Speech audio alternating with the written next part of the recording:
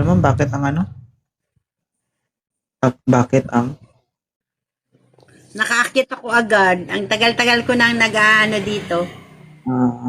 Pwede naman, ibaba mo na kita. Sabi, napaka-harsh mo talaga, Lods. Ay, hindi kita maintindihan. Naakyat ka na nga, tapos nagreklamo ka. Paano yun? Hindi, na in-expect na nakaakit ako agad. Wala mong babae yan. Ikaw lang naman. Ah, ganun ba? Wala ko ba? Sorry po. Oh, ilan taon ka na, Explorer? 49 na po, matanda na po. Okay. Ilan po anak? 2 po. 2. Ano naman ang nag-udyok sa'yo? Bakit ka na parito? Wala lang po, kasi lagi ako nanonood sa mga vlog, mga content mo, lahat-lahat mga ano mo, nanonood ako. Tsaka minsan natatawa ako. Minsan naiinis ka. Hindi rin ako naiinis, natatawa lang talaga ako. Ibig sabihin, pag naiinis ko, natatawa ka pa rin. Opo, hindi naman,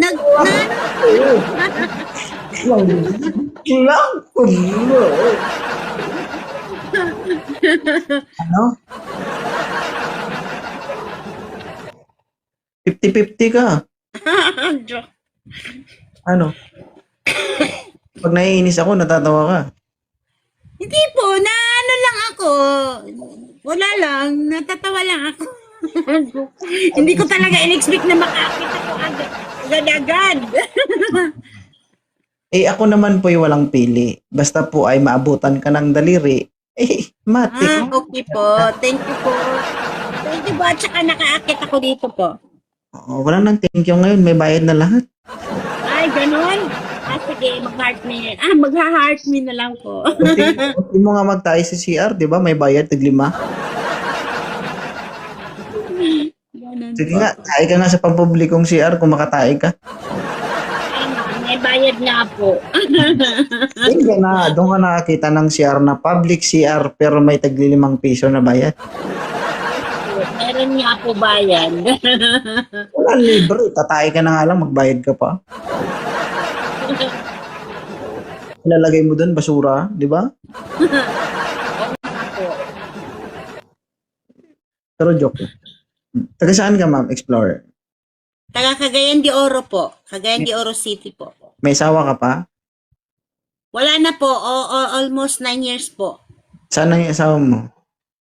Sa makabaling bahay po. Sumakabilang bahay. Yes po. Baka hindi mo pinagbigyan. Noon kasi bata pa ako noon. Yung yung parang kasi kakapanganak. Kakapanganak pa lang po. Kaya parang hindi Kakapanganak mo lang. Tapos? yung parang hindi ko hindi pa ako noon. Hindi mo siya pinagbigyan. Oo nga po. Parang naghanap siya ng iba, ganun. Kaya ayun. Okay, pag nanganak ka 3 weeks, pwede na yun Yung iba, pwede. Pero ako hindi po. Bakit hindi? Siyempre, masakit pa yun. Yung ganun parang. lang yan! Okay lang yan, basta dahan-dahan. Dahan-dahan nila po. Ewan ko, sa kanila, okay yun. Pero sa akin, hindi. Baka sabi na sa ang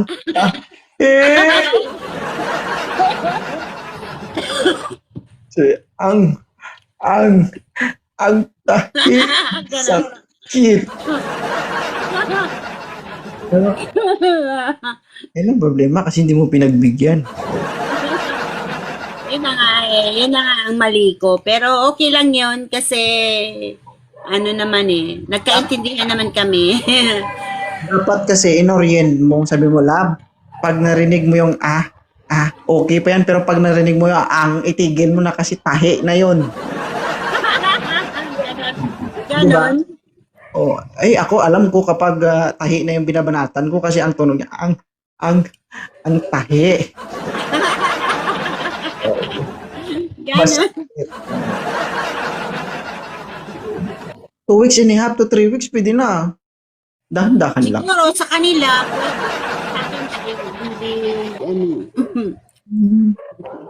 Kaya Yan, yan, turo sa makabilang bahay. dapat kasi pagbigyan. Ganun. Kahit masakit, kahit ayaw mo, pagbibigyan ba? Hindi ginawa mo sana ng paraan kahit lup lup lup lup lup lup lup lang. Ganun. Hindi naman pwede siguro yun sa akin. Sa Hindi iba, okay, pero sa akin hindi. Sige, hayaan mo mabulok yan. Ganun.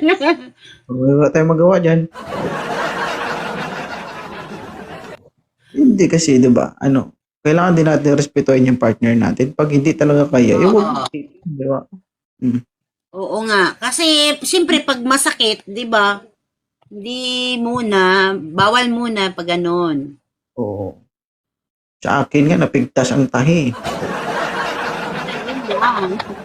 Maliit pa naman si ma'am. Tapos, pinipilit mo. Ganon. Ay, hindi ko man pinilit. Nagustuhan man niya. Ang Baka problema, mamaya, kagustuhan mo yon. ang problema, dumugo. Yun na. Parang virgin. Sabi ng doktor, sir, dandahanin mo naman. Yun lang. Sige, ma'am. Thank you sa pag-agata. Ingat ka Yes pala. po. Thank you so much po.